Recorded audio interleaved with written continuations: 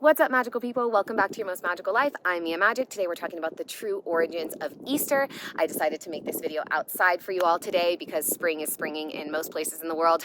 Not as much in the snowy mountains of Colorado yet, but eventually. And Easter is really originally a celebration of the spring equinox. As we know, all of our holidays or holy days come from ancient pagan earth-based astrological cosmological alignments that were shifted and changed by the church in order to, usurp the worship that people were accustomed to engaging in. And a little, tidbit that I really want to make sure you all know is I'm not anti-religion. I think that the major religions have brought a lot of blessings to people's lives in some ways, in small ways, but what I'm here to share and talk about is the ways that they have taken our magic from us, taken our power from us, and become like this middleman between us and God and the divine. When like God is all around you, you can go out into nature and see God or the goddess. These are the stone people. There are standing ones, the tree people, right? There's soil and earth. There's so much aliveness and so much divinity in nature. And so I wanted to just make sure that you know that I'm not anti-Judaism, I'm not anti-Christianity, I'm just anti the people who have propagated the negative patterns and habits of those religions and perpetuated the beliefs that there's something wrong with us being connected to nature, being in our power, and living a magical life. So the word Easter even comes from Ostara, the Celtic goddess Ostara. She's the goddess of rebirth, of fertility. This is springtime. The celebration of Easter is the celebration of the spring equinox. It's not the resurrection of Christ, it's the resurrection of the earth. I wish I had like green sprouts to show you and flowers blossoming here, but not quite yet. If I was back in Pagan, there's a lot of lush green happening over there. But even the colors of Easter, right? It's not about any one person resurrecting, being reborn. It's about the beauty of the natural world. It's about babies being born again. It's about flowers blooming. It's about sprouts and saplings and seedlings coming up, emerging from the earth. That's the resurrection, right? When everything is dead and dry and brown, not dead, dormant, in winter, when it comes back to life, it is this resurrection. It's this re-emergence of life and the color of life, which is green on this planet. I don't know about other planets. Like the color of life is orange on other planets, that'd be cool, but here it's green. That's why most of our money is green, right? So now, just to be clear also, Ostara is one name of this particular goddess. She's the name that would have been like the Celtic tradition. Now, during all of the immigration in the early current era, there was a lot of, Vikings, Anglo-Saxon, blending, Germanic tribes. Everyone was like blending around, mixing around. So this is just one name of one pantheon of the goddess that is where in English we get our word for Easter, is from Ostara, from the goddess of rebirth and fertility. Now, we talked about rabbits in my 2023 Year of the Rabbit video. That is a good video, if I do say so myself. And one of the reasons why rabbits are associated with Easter is because this is when their babies start being born. They start popping out and hopping all around, and rabbits are also a symbol of fertility.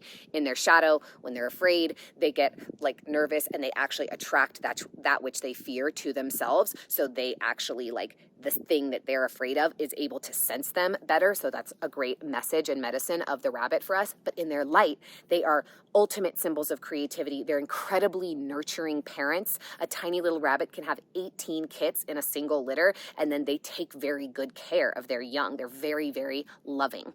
And so there's a lot of traditions. Again, everybody, you all know that we could go super deep into a rabbit hole, literally and figuratively, pun intended for this particular zone, with just about everything that I'm talking about. We're not going to go too deep into the rabbit hole this time, but there's a lot of traditions and a lot of mysticism and a lot of magic around the rabbit being associated with this time and the rebirth. And in honor of this amazing season, this beautiful time of year, I have some extra special gifts coming for you all. I have been asked so many times for less expensive products. I know that some of my programs are a little bit out of the budget range for some of you, and so I have some super magic products, rituals, abundance spells, and love magic coming for you very soon. So make sure you click the link below if you are interested. And I have a waiting list for all of my retreats. So if you'd like to join me there, they are so wonderful and so fabulous and so magical. And I'm so incredibly blessed to be able to share my magic and wisdom and my special relationship to the craft through the earth and the goddess.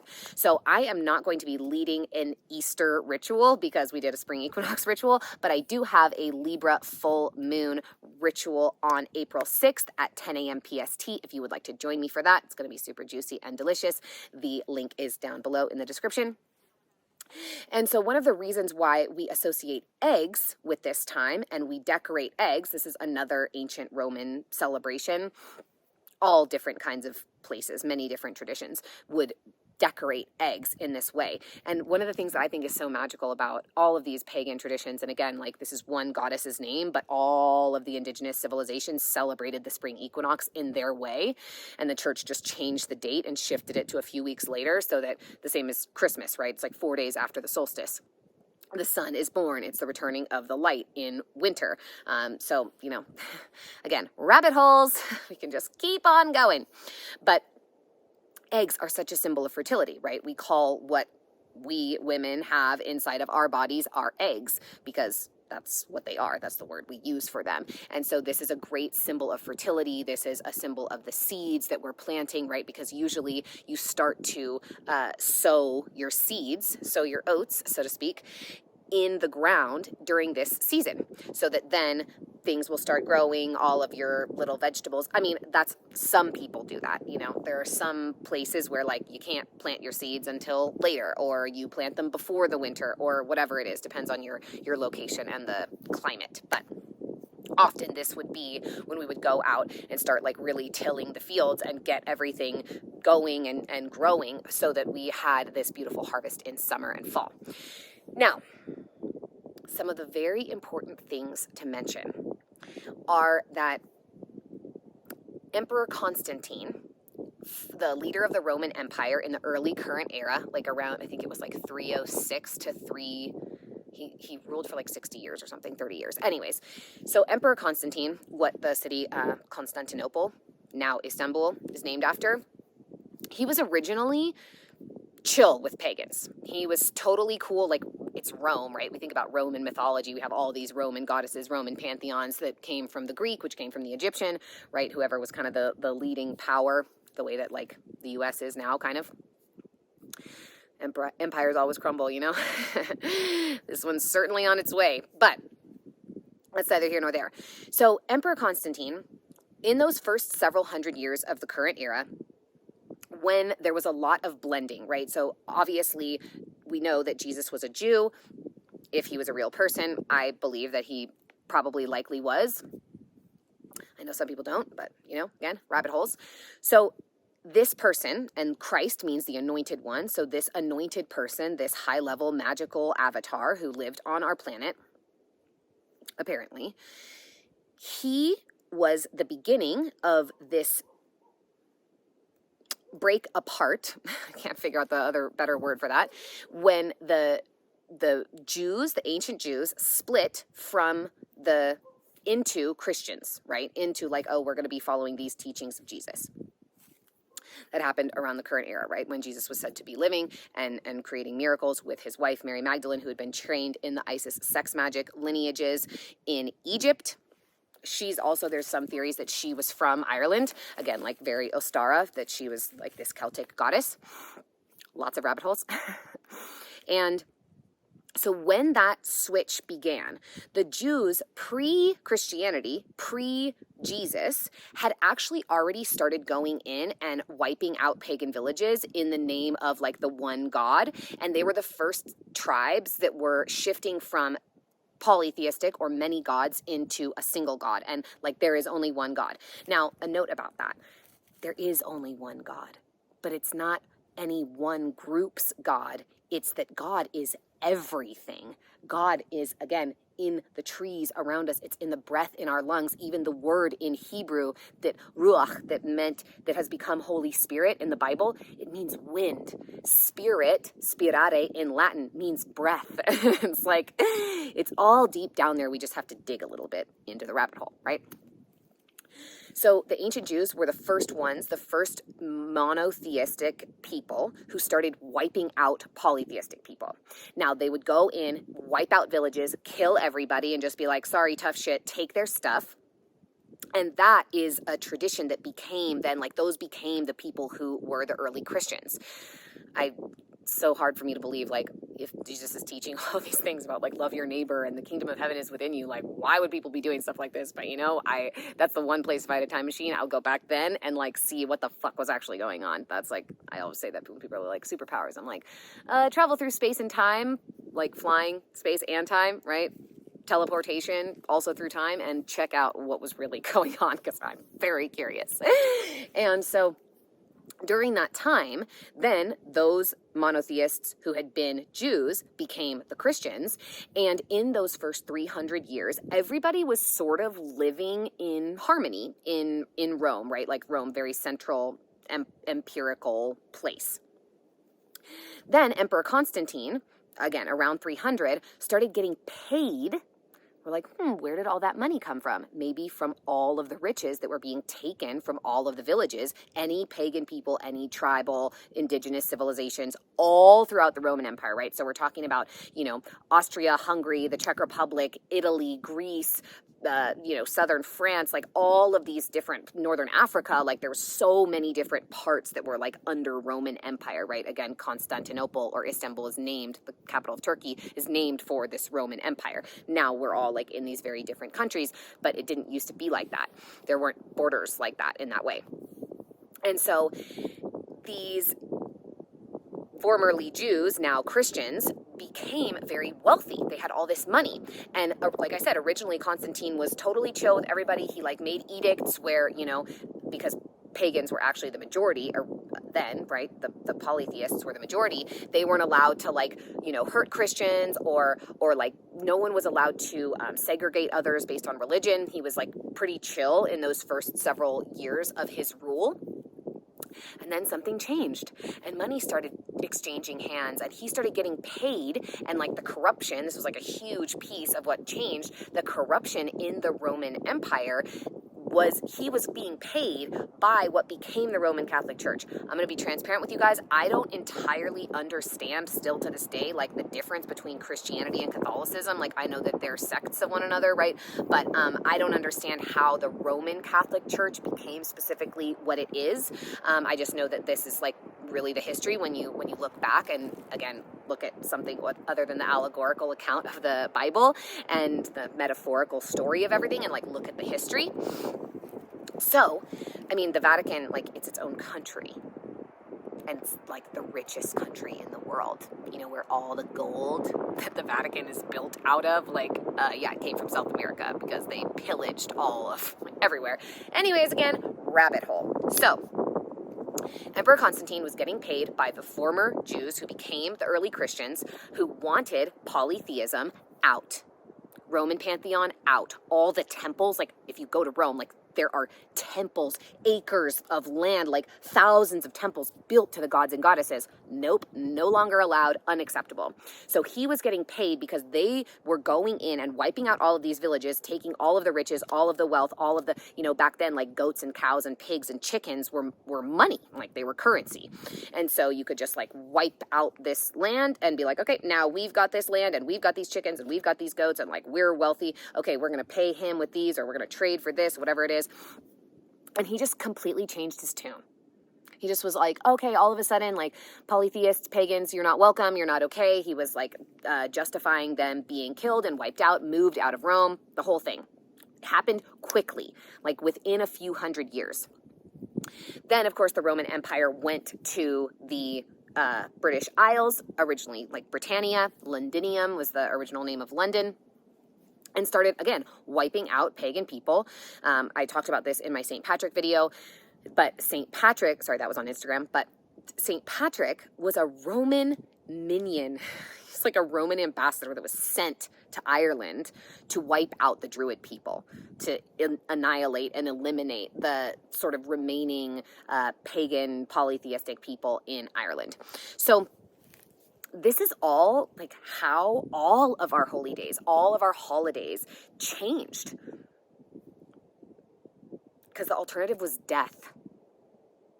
And so when you look at some of the traditions, some of these little tidbits like the eggs and the Easter bunny, those are the last remaining elements of like our original fairy tale magical existence, where we were connected to the earth and to nature. Like those are even the colors of Easter, right? We think about the pastels. It's the flowers. It's the flowers blossoming, because even on a fruiting tree, the flowers come first. You look at like the apple blossoms, that's what becomes that little center of the core of your apple, is that little flower. It's like so magical. The earth is just so incredible and so beautiful.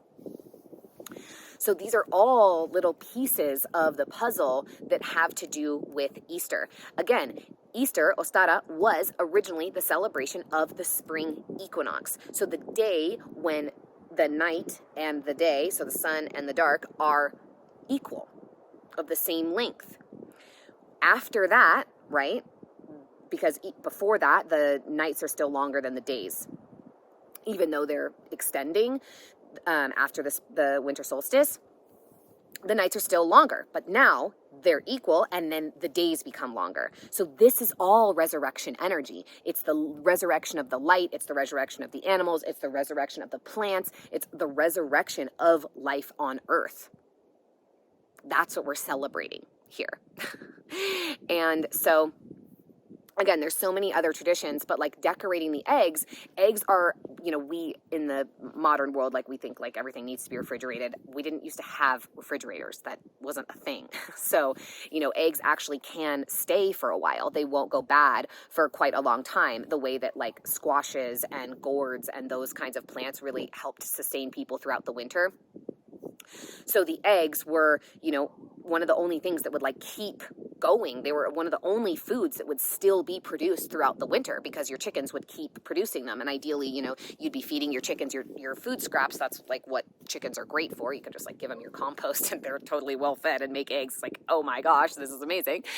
And so eggs and decorating them, like we would have used plants. You would have used beets and blueberries and indigo to dye your eggs, and then, go out and hide them. And that is another very, very old pagan tradition and way of representing this holy day. And this is the major piece that I want to share, is that, again, like decorating Christmas trees, like some of you I'm sure follow me on Instagram, and you've seen all of the, like, I just added a couple of like crazy little tidbits for Christmas, for the solstice, for Yule, the holy days around that winter time. And people were just like eating that shit up. All of it. All of these traditions, including baptism, they all used to be pagan practices. These are all pre-Christian, all pre-religion. These were all earth-based traditions where we engage and interact with the elements in a magical way in order to create like sympathy magic. Sympathy magic is using something in order to represent something else. So like the eggs, if we use the chicken eggs, they are representing the seeds inside of us. They're representing the seeds that we're planting into the earth. So we make them beautiful, we decorate them, and then we go and find them and like discover them and hide them, but then like bring them back out. And a lot of people will eat their Easter eggs now when you're, using chemicals to dye them. It's not as healthy for you, but it's such a beautiful way to create this magic of us interacting and engaging with the earth. And all of those traditions, all of them, they are so much older than the church. And the reason why the church celebrates these holy days or holidays in the same way as the pagans did is because what they were doing is this is a big thing that Constantine was doing, is he was confiscating the temples. He would take the temple and be like, this now belongs to the church. Obviously, he was getting paid to do that, or then like the temple itself was worth money. Lots of corruption, so crazy. Even the word propaganda comes from the Roman Catholic Church. Propagare was like to, missionary, like to propagate the religious system and change people's minds and way of worshiping. But what's so funny is they didn't actually change many of the ways of worshiping. They just changed the relationship to what we worship and how we feel about ourselves worshiping. Like you're a sinner and you're bad and you need to be healed in order to like have this relationship with God. No, your relationship to God will heal you. Anytime, any day, day or night. I just sat out here for 45 minutes naked in the sunlight, like letting myself be healed by the earth before I'm even making this video for y'all. So another little, just like very important piece. all of these traditions, almost all, but like even eating the body of Christ, the little wafers, like that is sympathy magic. And it's the body of the earth. It's the body of the goddess. We drink the blood, like, yeah, because drinking moon blood, like drinking healthy menstrual blood is full of stem cells. It's literally like the fountain of youth. Oh boy. So these are really beautiful things that you can talk about with your family. Like if you have a Christian family and you want to celebrate Ostara with them, you want to like enjoy Easter with them. I personally am definitely going to celebrate and decorate some eggs because it's a tradition that I always loved doing with my family. My dad was super in. He would let the grass grow in our backyard for literally months and then mow these little holes, and he'd call them bunny nests. And, you know, only like the little kids were allowed to get the eggs in the bunny nest, and then the big kids had to like find all the harder eggs. And it was just like so fun. He was so committed to it. And that's beautiful. There's nothing wrong with celebrating like a Christian holiday or like shifting and honoring the spring equinox and then celebrating what your family celebrates. That's great. Like what you can do is bring some of this wisdom, bring some of this knowledge, talk about how old these traditions are. These are way pre-Christian, way pre-church, and what the eggs mean, what the bunnies mean, what the colors mean. And you can also like just keep it to yourself, you know, if it just causes an uproar. My family luckily is like, I come from a super hippie Northern California, like raised on a compost pile and granola and organic food and the whole vibe. You know, that changed a lot in the last couple of years, but that's okay. No judgment to them. And you can do it however you want.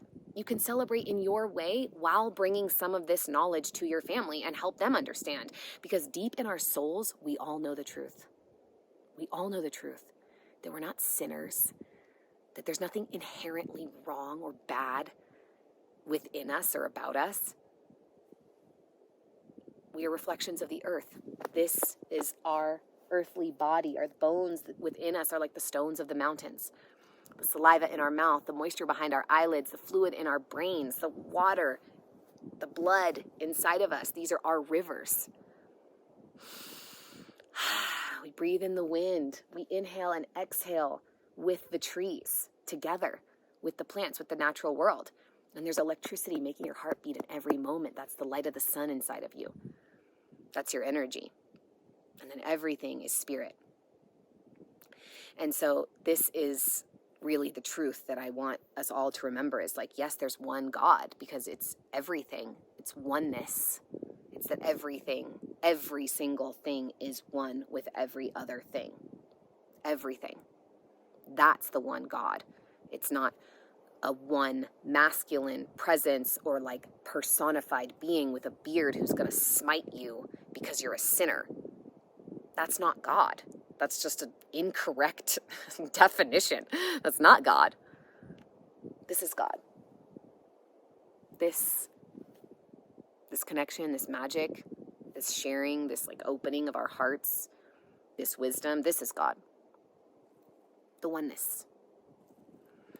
And so I hope that you will be inspired to create your own resurrection.